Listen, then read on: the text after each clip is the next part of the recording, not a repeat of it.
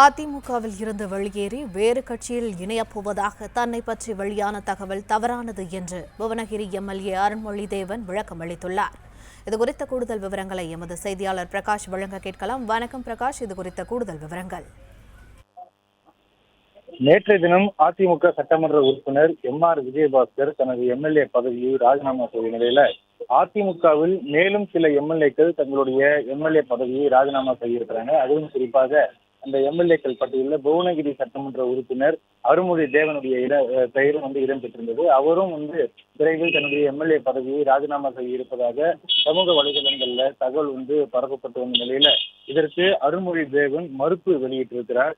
அவர் வெளியிட்டிருக்கக்கூடிய அந்த செய்தியில சில ஊடகங்கள் நான் வேறு கட்சிக்கு செல்ல போவதாக தவறான தகவல்களை பரப்பிக் கொண்டிருக்கிறார்கள். நான் இருக்கும் வரை அனைத்து இந்திய அண்ணா திராவிட முன்னேற்ற கழகத்தில் புரட்சி தலைவி அம்மா அவர்களின் உண்மை தொண்டனாக இருப்பேன் என உறுதியுடன் தெரிவித்துக் கொள்கிறேன்.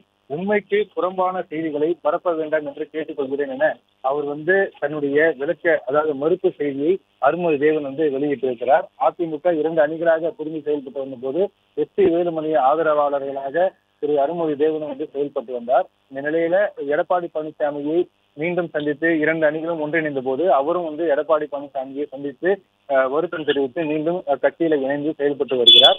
இந்த நிலையில அவர் தனது எம்எல்ஏ பதவியை ராஜினாமா செய்திருப்பதாக கடந்த 2-3 நாட்களாகவே செய்திகள் சமூக வலைதளங்கள்ல பகிரப்பட்டு வந்த நிலையில அதற்கு மறுப்பு தெரிவிக்கும் வகையில அருண்மொழி தேவன் இந்த மறுப்பு செய்தியை வெளியிட்டார்.